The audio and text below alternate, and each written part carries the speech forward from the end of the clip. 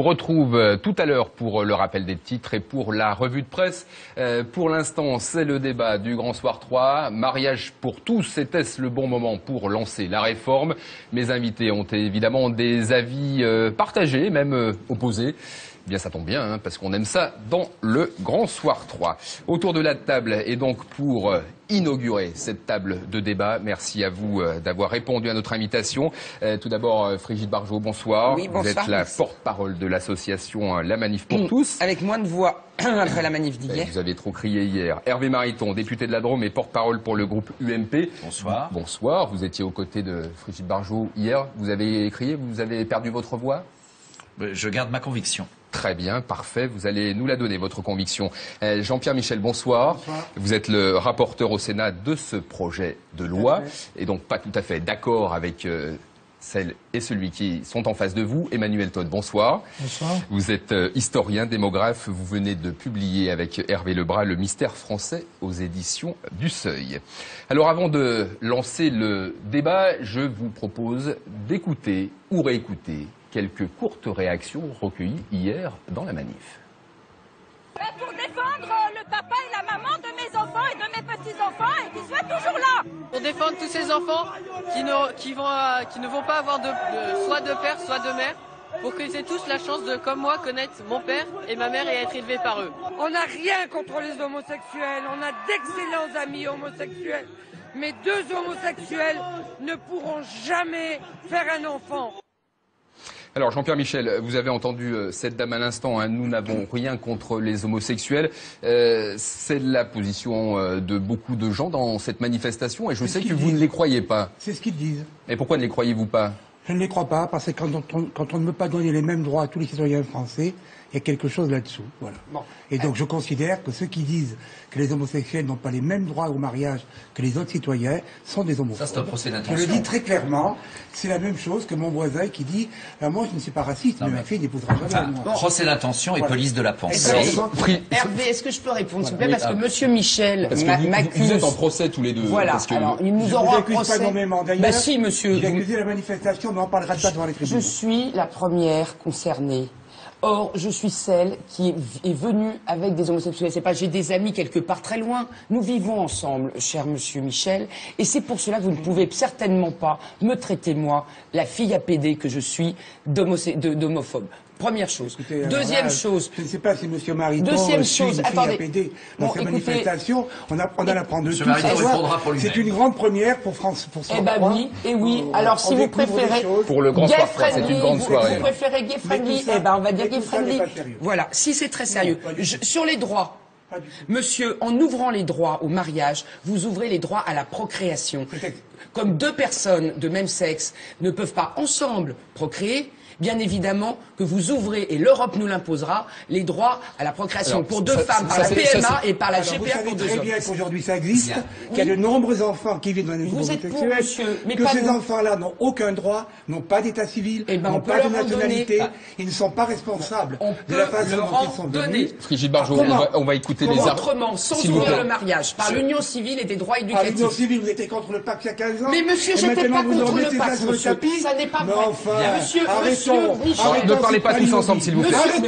Monsieur Michel, j'étais sur les chars de la Gay Pride et j'étais pour le Pax. Alors arrêtez de m'accuser de ce que je ne suis pas. Bon, on va essayer d'élever un petit peu le débat, s'il vous plaît. Arrêtez de mentir. Tous les députés UMP et tout étaient contre le Pax. Eh ben pas moi. Je ne suis pas député UMP, je suis la manif. Frigide Barjot, on va laisser Hervé Mariton. Non, monsieur Michel, arrêtez de mentir. Totalement froid. Vous aurez l'occasion de reparler tout à l'heure. S'il vous plaît. S'il vous plaît. Monsieur Michel, si je peux. Le débat n'est pas celui du Pax. Monsieur Michel, vous êtes aimable de ne pas faire la police de la pensée et de ne pas supputer que les uns seraient, parce que vous l'auriez décidé homophobe, vous n'avez pas le droit de décider. J'ai le droit de dire ce que je pense. En plus, vous avez fait le Pax pour qu'il n'y ait pas de mariage et maintenant on est au mariage. Et quand vous avez fait le Pax, vous avez dit on fait le Pax pour qu'il n'y ait pas de mariage. Vous avez menti il y a 10 ans. Voilà. Alors, en tout cas, d'une part, il n'y a... C'est pas vous qui me confesserez, Madame Monsieur Michel, je crois que même les partisans du projet Taubira ont reconnu que dans le débat à l'Assemblée nationale, et reconnaissez-le aussi, il n'y a eu de la part des adversaires du projet, pour l'essentiel le groupe UMP et le groupe UDI, il n'y a eu aucune homophobie, premièrement. Deuxièmement, le principal reproche, la plupart des observateurs ont dit cela. Eh bien, vous les avez lus à votre manière. Vous pourriez développer un peu et être un peu plus nuancé dans vos certitudes absolues. Le deuxième point, c'est que le reproche que nous vous avons fait, c'est face à des situations qui objectivement sont différentes. Un couple d'un homme et d'une femme, un couple de deux hommes, un couple de deux femmes, ça n'est pas la même chose. C'est de vous révéler incapable de faire ce que, normalement, des responsables politiques doivent être capables de faire, c'est-à-dire d'inventer. On ne duplique pas, on ne réplique pas des situations qui ne sont pas les mêmes.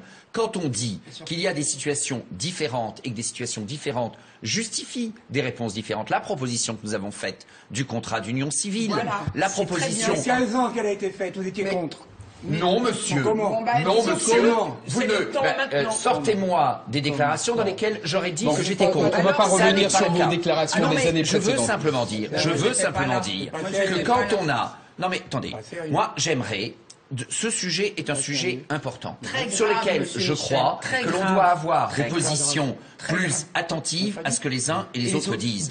Ce que je regrette, si je peux, merci. Ce que je regrette de la part de Jean-Pierre Michel, c'est qu'il y ait une telle arrogance, excusez-moi de le dire, à l'égard des positions que d'autres peuvent avoir. Je reconnais simplement un point positif dans l'attitude du rapporteur de la Commission des lois du Sénat, et je vous en rends acte, c'est que vos critiques à l'encontre du travail de l'Assemblée nationale, et en particulier de toute la fiction juridique que le rapporteur socialiste aussi a construit à l'Assemblée, vos critiques sont cinglantes. Vous dites, au fond, vous pensez la même chose sur le fond, mais vous avez au moins l'honnêteté intellectuelle et la technique juridique de reconnaître que le texte construit par le gouvernement et la majorité socialiste à l'Assemblée ne tenait même pas debout quand bien même vous poursuivez le même objectif. Le texte du Sénat sera un excellent texte. Attendez, laissez répondre M. Michel un instant et je donne la parole à Emmanuel Todd. Voilà. Votre réponse? Non, mais ma réponse, c'est qu'aujourd'hui on nous resserre l'union civile, le contrat d'union civile. Il y a 15 ans, les mêmes qui le ressortent aujourd'hui étaient contre. Au Sénat, les mêmes étaient contre. Alors, pendant 10 ans, pendant 15 ans, la droite n'a rien fait pour améliorer ce statut. Écoutez, moi je ne parle pas de ça, je vous parle des gens, du peuple. Je ne vous parle pas à vous, madame, je parle en général des parlementaires et des hommes politiques. Et si c'est la bonne solution aujourd'hui, il faut le faire. Le président Sarkozy avait dit, je suis pour, on verra, etc. Interview dans Tétu. Il l'a pas fait, il a eu tort. Rien fait. Et il a eu tort. Alors, aujourd'hui, c'est une loi d'égalité. Tous les citoyens français, quel que soit leur sexe, ont droit à l'égalité et au mariage. Les enfants, j'aimerais s'il vous plaît avoir l'avis d'Emmanuel Todd. S'il vous plaît. Emmanuel Todd, est-ce que, alors bon, je vous vois très stoïque s'il vous plaît, est-ce que ce à quoi on a assisté hier dans la rue, c'est une reprise en main du politique, c'est une action citoyenne, quelle est votre analyse? Je suis très embêté, je suis presque surpris d'être ici parce que j'ai une vision très peu passionnelle de ces choses. C'est très sérieux, hein. Je suis anthropologue et le mariage, c'est dans les tréfonds de la société. C'est pour ça que nous vous avons invité dans votre livre. Un chapitre entier est consacré à la famille. Donc, avec mon ami Hervé Lebras, on sort d'un livre dans lequel on étudie l'évolution des mœurs, qu'on prend très au sérieux, presque plus au sérieux que l'économie. On étudie la distribution dans l'espace des évolutions en fonction des régions, de tradition catholique, de tradition laïque. Et ce qu'on observe, c'est quelque chose qui est, je dirais, totalement à contre-jeu par rapport à ce que j'entends. C'est-à-dire que ce qu'on voit dans l'évolution de la société française des 30 dernières années, c'est une évolution assez harmonieuse vers un certain type d'émancipation de l'individu. Je ne suis pas du tout dans l'approbation, je fais l'analyse. C'est-à-dire, par exemple, pour moi, ce qui est tout à fait étonnant, c'est d'entendre les gens s'étriper sur la question du mariage et de l'adoption, etc., quand on sait que, de toute façon, 55% des enfants naissent hors mariage. Et puis, il y a une autre chose qui est vraiment très, très frappante pour moi, c'est que comment dire, je pense que c'est normal qu'il y ait débat. S'il n'y avait eu que la question du mariage, les 2 tiers des Français sont pour, ça serait passé sans histoire. Et je vois bien que sur la question de l'adoption, les sondages indiquent que... Ils sont contre. Non, ils sont majoritairement. Ils sont complètement partagés. Mais la question, je termine, j'essaie de dire ce que l'histoire, l'anthropologie et la sociologie de la religion peut apporter. je veux dire, ce qui est certain, c'est que le clivage qui s'est établi là n'est pas un clivage de type habituel. C'est-à-dire, par exemple, je vois qu'il y a beaucoup de gens qui pensent que c'est la vieille morale catholique qui est derrière la défense du mariage, pas pour tous. Alors quelles sont ces deux Frances qui s'opposent? Et en fait, je veux dire, ça n'est pas ça. Je veux dire, parmi les régions qui acceptent le mieux les enfants naturels, il y a beaucoup de régions catholiques et on sent. Comment dire, et en vérité maintenant les bastions du Parti socialiste sont pratiquement en région catholique, les bastions de la droite sont en zone laïque. D'ailleurs vous êtes député de la Drôme, donc vous êtes au cœur du pays mécréant qui se contrefiche de la morale religieuse. Vous êtes sénateur de la Haute-Saône, donc dans la partie du pays.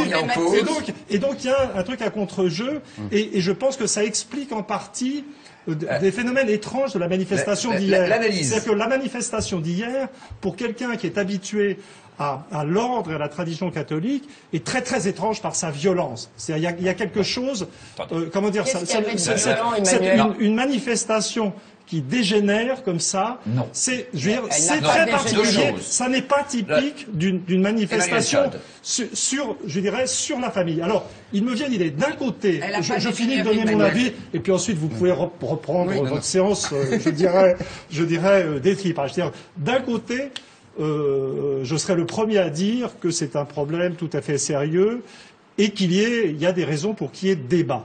Mais d'un autre côté, il me semble que la violence, y compris dans l'affrontement là, c'est même pas la peine d'aller regarder la manifestation, et quelque chose, je sens, ayant beaucoup travaillé avec mon copain Lebras sur les mœurs, une évolution qui est, je dirais, plutôt harmonieuse, je trouve quelque chose d'artificiel et d'exagéré dans l'affrontement. Et je me demande si en fait, ce qui se passe un peu dans ces manifestations, c'est pas plutôt, on analyse aussi dans le bouquin la crise de la représentation politique, la crise de la droite et la crise de la gauche, mais plus encore la crise de la droite. Et je me demande quand même si la droite, je parle pas en partisan, n'est pas en train de chercher dans ce problème, je dirais, une sorte de ressourcement identitaire.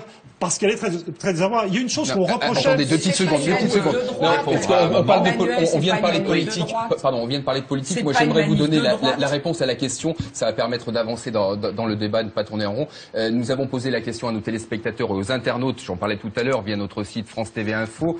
La question était donc, est-ce que c'était le moment de lancer cette réforme? La réponse, pour 54,1% des personnes qui ont répondu, ce n'est pas un sondage, hein, c'est juste un ordre d'idée, ce n'était pas le moment de lancer cette réforme, qu'il y avait d'autres urgences. C'est ce que vous pensez? Trois observations. Un, non, mais vous rebondissiez sur ce chiffre. Bien sûr, il y a d'autres urgences en France aujourd'hui, et c'est une des faiblesses du gouvernement dans ce dossier. Deuxième point, quand Emmanuel Todd met en avant les violences, excusez-moi, hier elles ont été totalement marginales et même dans certains cas n'avaient rien à voir avec la manifestation, des gens qui étaient dans les Champs-Élysées pour d'autres raisons, sans lien avec la manif. Troisième point, je suis par contre davantage d'accord avec... Des militants d'extrême droite notamment. Mais oui, voire pas du tout, si je peux me permettre. J'ai croisé moi-même, rentrant à l'Assemblée avec un collègue, des groupes de personnes qui n'avaient aucun lien avec l'extrême droite, qui étaient plutôt du type de gens un peu excités qui peuvent se trouver sur les Champs-Élysées à d'autres moments de l'année, qui n'avaient rien à voir avec la manif. Ils ne sont pas forcément catholiques. Rien à voir avec l'extrême droite. Vous avez tout compris. Mais sur le premier point d'Emmanuel Todd, je suis assez d'accord. Je pense en effet qu'on a quelque chose de plus compliqué, qui est sans doute le débat, ce qui avait été vu par le Parti socialiste dans sa campagne en 2012, qui est l'affrontement entre les gens qui sont plus individualistes. Donc un Parti socialiste aujourd'hui, un gouvernement qui défend à fond une vision individualiste de la société, donc les droits individuels poussés au maximum, et une autre vision de la société qui est moins individualiste. Oui, vous avez d'un côté une approche... Attendez, je peux... Une approche individualiste et matérialiste. Nous, c'est au fond cette vision qui peut être partagée, quelles que soient les sensibilités politiques, quelles que soient les origines, quels que soient les choix confessionnels, qui est bien celle de la famille comme cellule de base de la société.